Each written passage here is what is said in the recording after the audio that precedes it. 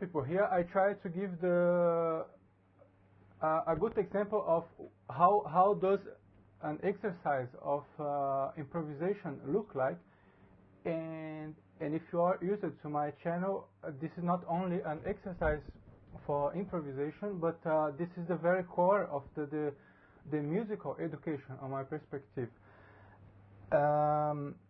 Here you have something that you can call the imitations ricercare, imitations ricercare, and this is in a strict sense, this is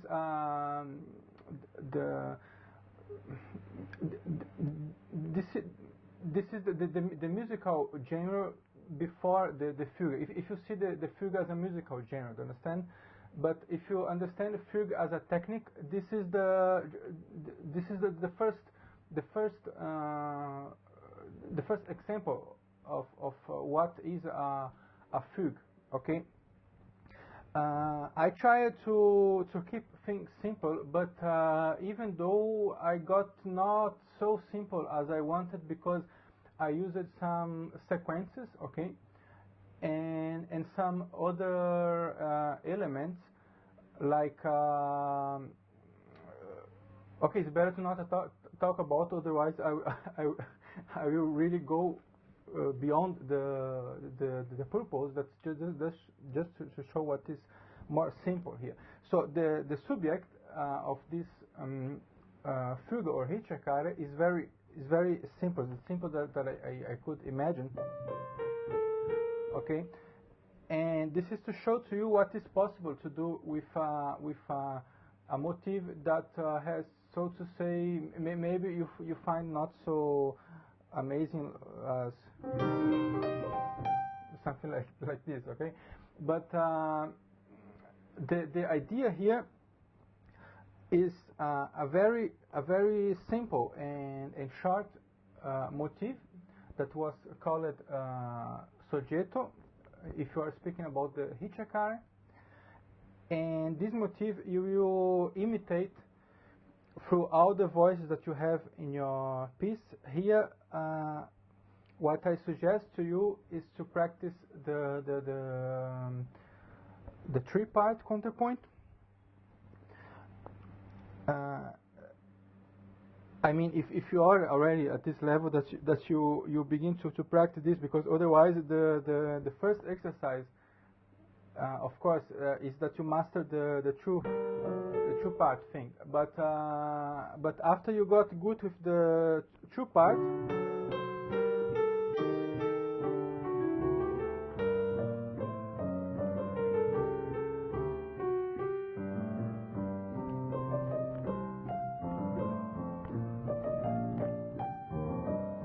whatever.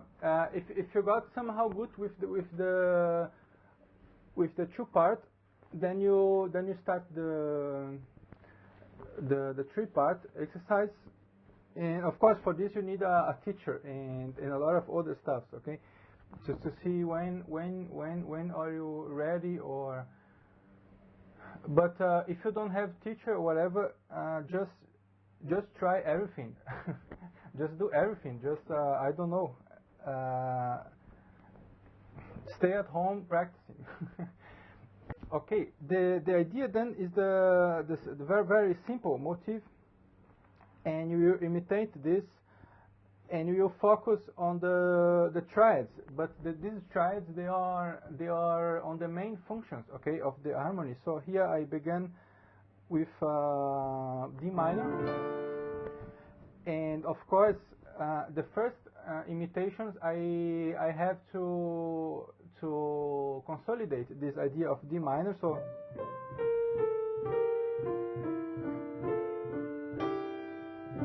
So my focus is actually that when I come with the tenor imitation, okay, I come in a strong tone of this triad, and of course this is the D minor. Okay, so actually you will see a lot of complicated stuff about this, but what I want you to do is that you get the feeling for this this thing, because this is what matters first. Okay, so here of course I did not the strict imitation, as it were a written fugue, for example.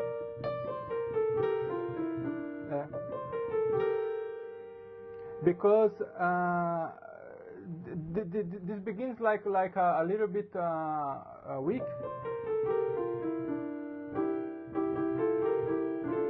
Okay, but the idea here is that you be fluent with freedom and strict thinking at the same time.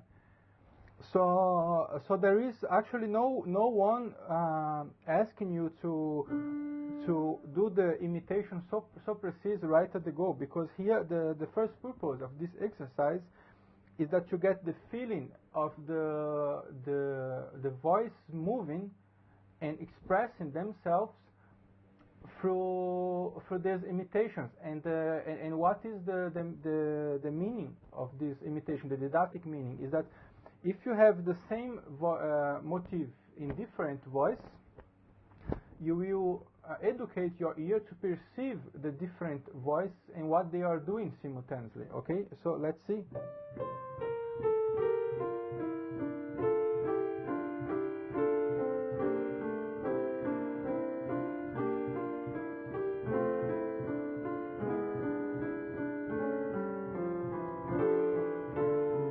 Whatever, but always when I play the voice with the main motif, okay, I can hear it very well, even if this is distant. So if I am playing this on the bass,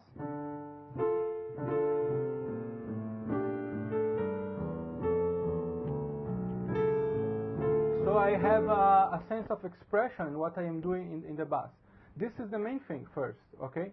I don't care how strict you begin your fugue with double counterpoint or whatever, because actually this is still not the heart of the matter. The heart of the matter is that always when you play some voice, you are aware of this voice, and this voice is expressing itself, okay. So the nice thing is that you will automatically go to the so-called episodes of a fugue, okay, and this is something that you see in such pieces that we call a fugue, because in a fugue you have this difference between the parts with imitation of the main theme and the parts that are more free or employ another technique to do some kind of variation based on this main theme, okay, or based on the counterpoint of the theme, if it's a more complicated fugue, okay. Here you will see that we will automatically go to such free moments, because sometimes you will not be able to find the best imitation, and you will just go free, okay, automatically. So.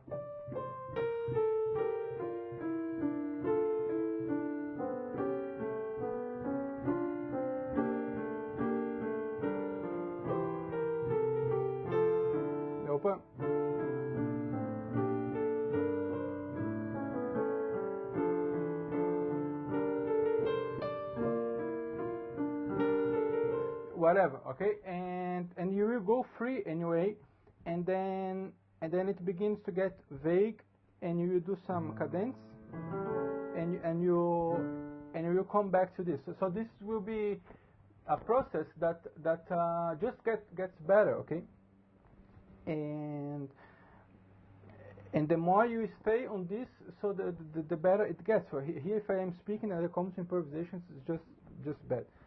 But so the more you do this, the better it gets, and this is also the didactic meaning of this exercise with fugues and counterpoint, is that they are based on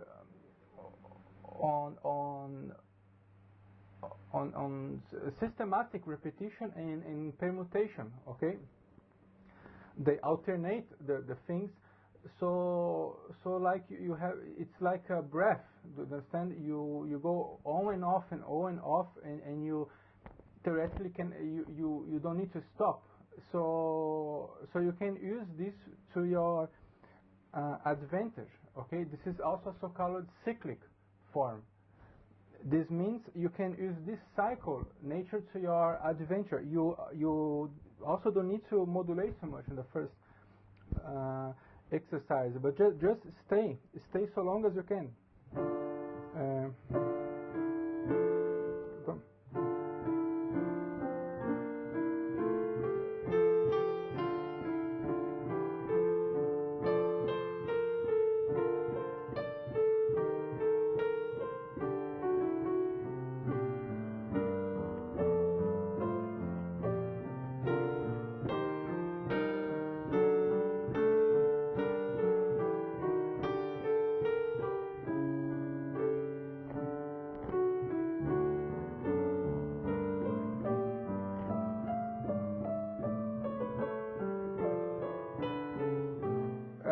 Whatever, okay.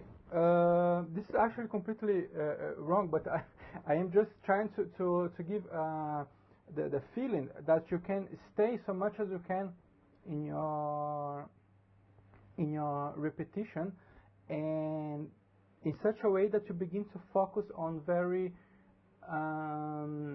interesting and new details. So after a point, you will see that the imitation is always okay, and you begin to focus on the counterpoint.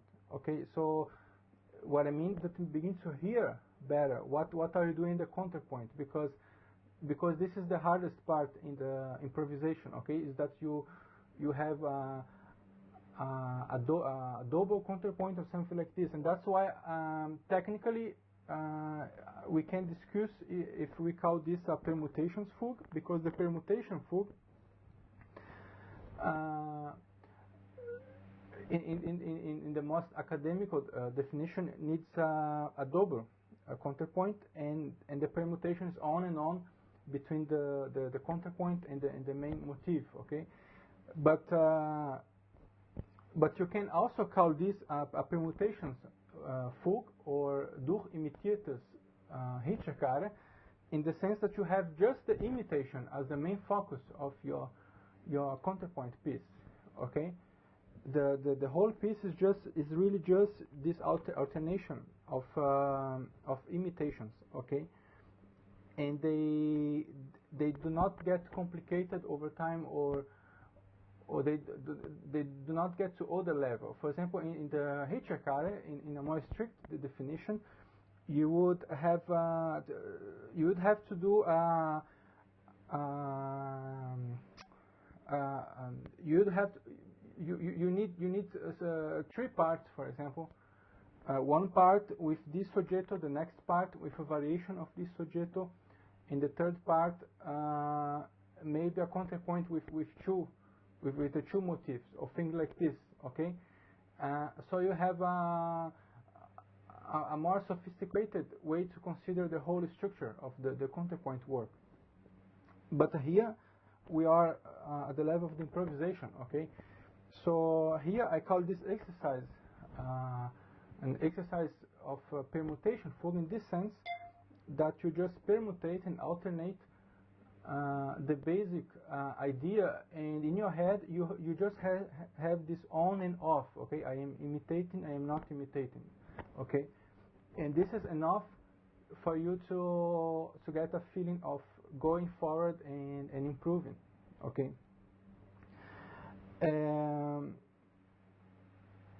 the more you stay in the same key, the more this can be good for you develop other ideas, and that's what I was saying about the counterpoint. So once you figure out the imitations, and you can hear it well and you can do it well, so you can now begin to focus on the counterpoint that you are doing. That until here is something very rudimentary. Okay, but maybe later you can do it more with more awareness. Okay.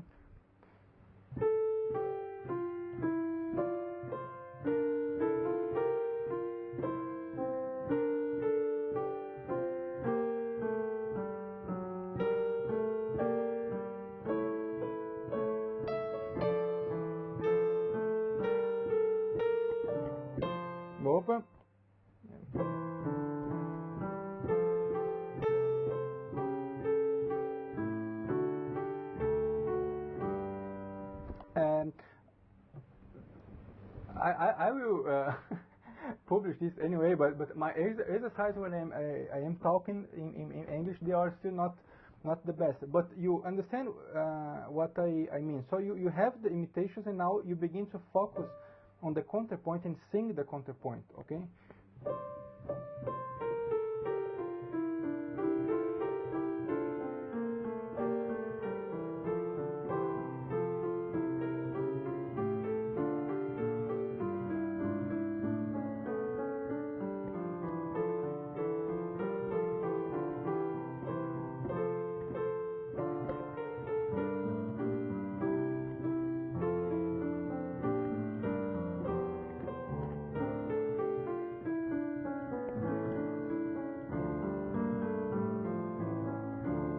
Okay, whatever.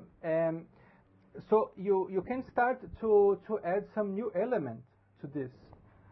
So here in this case, if my subject was just and the counterpoint was always a kind of homophony attached to this, because it was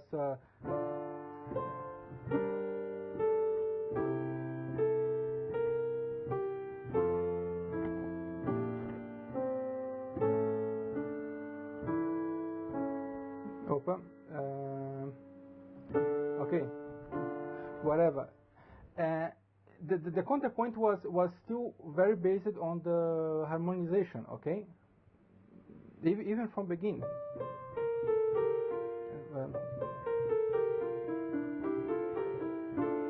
Okay, have D minor.